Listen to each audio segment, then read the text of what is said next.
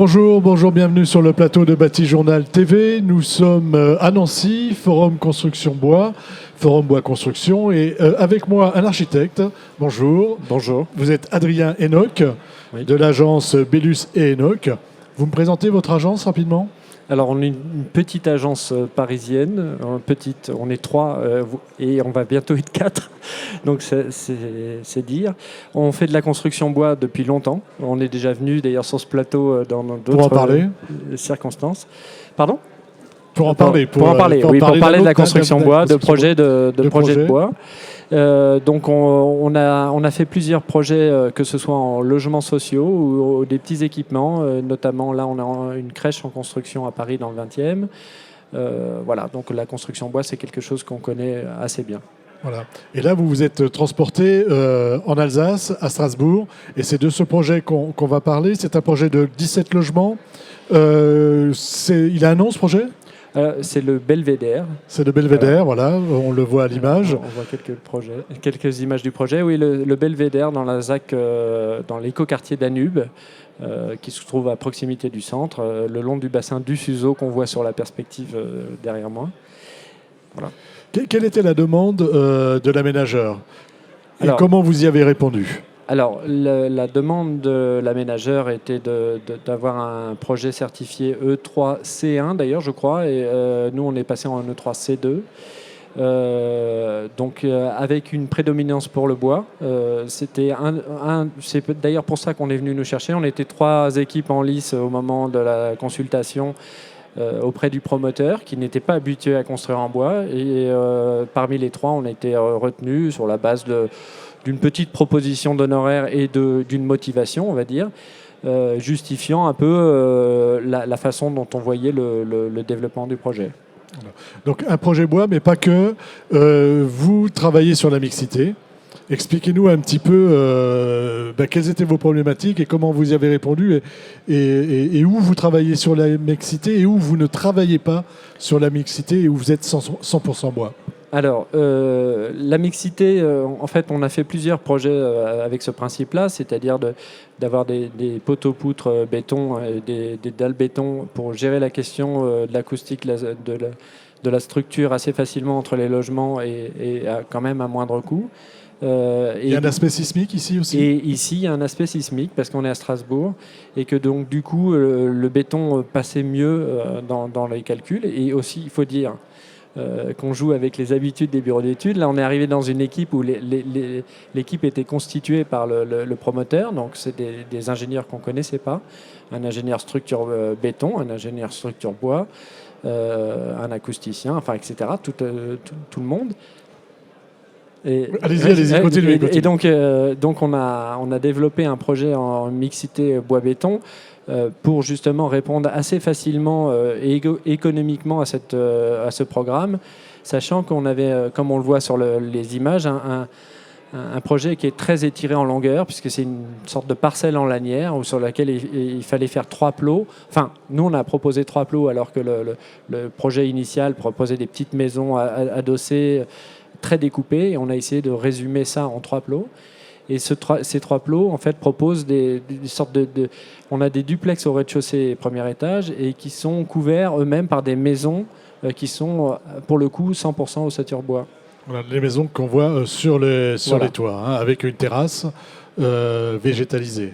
Alors oui, avec une particularité, là on voit des images des circulations, donc c'est un projet qui n'est pas encore livré, des images des circulations pour aller vers les maisons au 2e étage. Ces maisons, on y accède par une petite terrasse entre les plots. Et depuis là, on peut monter jusque dans les étages sur un rooftop, comme on dit aujourd'hui, et qui a une vue donc assez imprenable sur Strasbourg, évidemment. Et là, on voit justement une de ces 2 maisons associées. Là, on voit les portes d'entrée au milieu. Pour l'instant, les séparatifs ne sont pas là, mais vous comprenez le principe. Et on arrive sur une terrasse entièrement dégagée, et ce qui fait une sorte de triplex. Donc voilà. Donc ces triplex, on va continuer, mais ces triplex-là, donc si j'ai bien compris, la base a une base mixte bois-béton, et les attiques, on peut parler d'attiques aussi, Oui. sont en CLT, c'est ça? Alors, les différents modes constructifs, comme je vous l'ai dit, les séparatifs entre les logements, on n'a pas voulu se poser la problématique acoustique, etc., et des épaisseurs de plancher, parce qu'on est toujours contraint dans des milieux denses comme ça. Et donc, on est resté en dalle béton pour cette raison-là. À partir du moment où on est arrivé au R+2, on pouvait effectivement monter en ossature bois.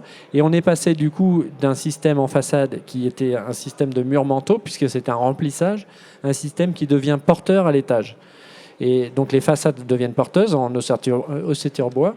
Et les planchers intermédiaires sont en CLT. En CLT, il y avait une raison à ça, c'est que la dernière terrasse est végétalisée et accessible, et que c'était un des produits qui avait l'avis technique favorable pour le mettre en œuvre. Voilà, on a la possibilité sur du CLT d'aller mettre un complexe de végétalisation, enfin, Et d'étanchéité, puis voilà. d'isolation.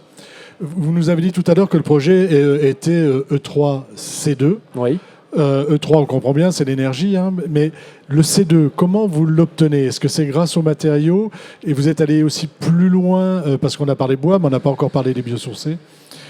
Comment vous obtenez ce C2? Est-ce que vous travaillez aussi avec des matériaux autres que le bois biosourcé? Alors, en fait, à l'origine, oui. À l'origine, c'est un programme de promotion immobilière. Quand on a fait les études au départ, on est parti un peu full option, comme on peut dire. L'économie a tapé dans le dur, on va dire.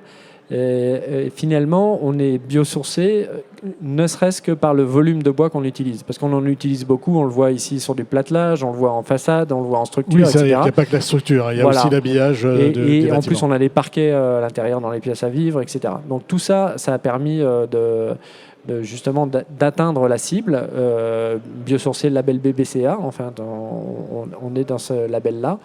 Et du coup, il s'est trouvé que les isolants biosourcés n'étaient pas nécessaires, à notre grande dame, on va dire. Pour atteindre des objectifs BBCA. À notre grande dame, parce que c'est des économies de bout de chandelle, mais on comprend très bien le principe, c'est qu'il y a un moment donné où les marges sont réduites.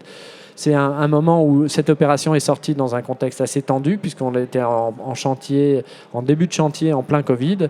Et donc, il y avait des incertitudes, et donc on a venu peut-être revenir à des choses plus classiques. Voilà.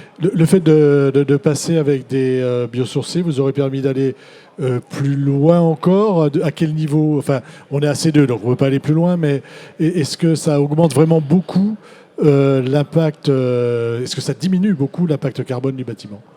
Forcément, ça diminue l'impact carbone du bâtiment. Après, c'est vrai que la valeur de l'isolant, d'un isolant minéral, est très forte, et que selon les modèles de calcul aujourd'hui, dans les RT appliqués, c'est ça qui compte. C'est pas forcément le confort intérieur. Si on utilise des matériaux biosourcés dans les isolants, l'idée, c'est quand même de travailler avec la perspirance des matériaux.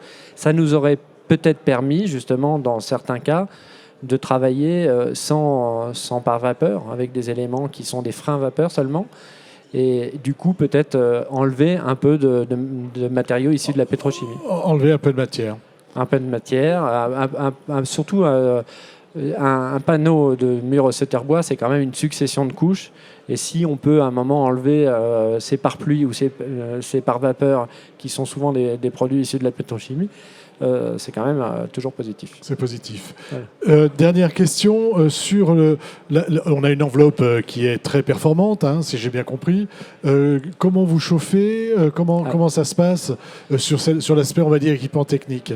Alors, on avait un avantage sur la ZAC, c'est qu'on avait le chauffage urbain, la chaufferie de l'Esplanade qui est à proximité et qui utilise la biomasse, donc l'énergie renouvelable à 70%. Et donc c'était très favorable pour nous dans les calculs. Après, on a un autre système, c'est qu'on a aussi des planchers chauffants et qui améliorent la performance du bâtiment, qui sont pris en compte dans les moteurs de calcul et qui nous permettent justement de passer bien dans le côté énergie 3. Voilà. Et compatible avec le plancher bois. Et compatible avec le plancher bois, complètement, oui. Ce bois à l'extérieur et à l'intérieur, aujourd'hui, il est parfois contesté, le bois à l'extérieur. Et vous, comment vous le vendez à votre promoteur? Alors, le bois à l'extérieur, c'est vrai qu'on on a fait une évolution nous, dans notre travail d'architecte. Au début, on était un peu à dire on l'utilise tout le temps, naturel, qui va grisailler tout seul. Et puis là, on s'est tourné vers un produit du commerce qui est déjà plus épais. Donc c'est un faux clairvoie qui fait 34 mm. Et ça change beaucoup de choses parce que sur la pérennité du matériau, ça permet quand même d'assurer, je dirais, son vieillissement. Voilà, d'aller plus loin. Voilà. Et puis, il est pré-grisé là, pour le coup, c'est du Douglas. Il est autoclavé, pré-grisé. Du coup, ça lui donne une configuration qui est proche de celle une fois qu'il aura vieilli, avec un vieillissement qui est anticipé, quoi. Voilà, un vieillissement anticipé qui risque pas de donner des aspects un peu de différentes couleurs au fil du temps, parce que c'est ça que n'aiment pas les personnes qui n'aiment pas le bois en façade. Mais alors après, je dirais, c'est pas l'apanage des bâtiments en bois, parce que quand vous voyez le vieillissement du béton, le vieillissement des enduits sur des bétons du parpaing... Tout à fait, mais on ne parle que du bois en général. Voilà. Oui, on ne parle que du bois. Mais ça, c'est vraiment... je suis, moi, effaré par voir, justement, dans des ZAC, des bâtiments qui ont 10 ans et qui sont à ravaler, voilà, qui sont dans des états pas possibles. Le bâtiment est terminé ? Le bâtiment est en voie d'être terminé, mais il est à peu près dans l'état des photos que vous avez vues défiler. Donc il y a encore un peu de boulot. Il y a encore un peu de boulot. Bah, écoutez, merci d'être venu nous parler de cette expérience à Strasbourg. Merci. Et puis peut-être qu'on se reverra une autre fois pour un autre projet ou pour voir comment les gens vivent dans ce projet. Très bien. Merci à vous. Merci bien.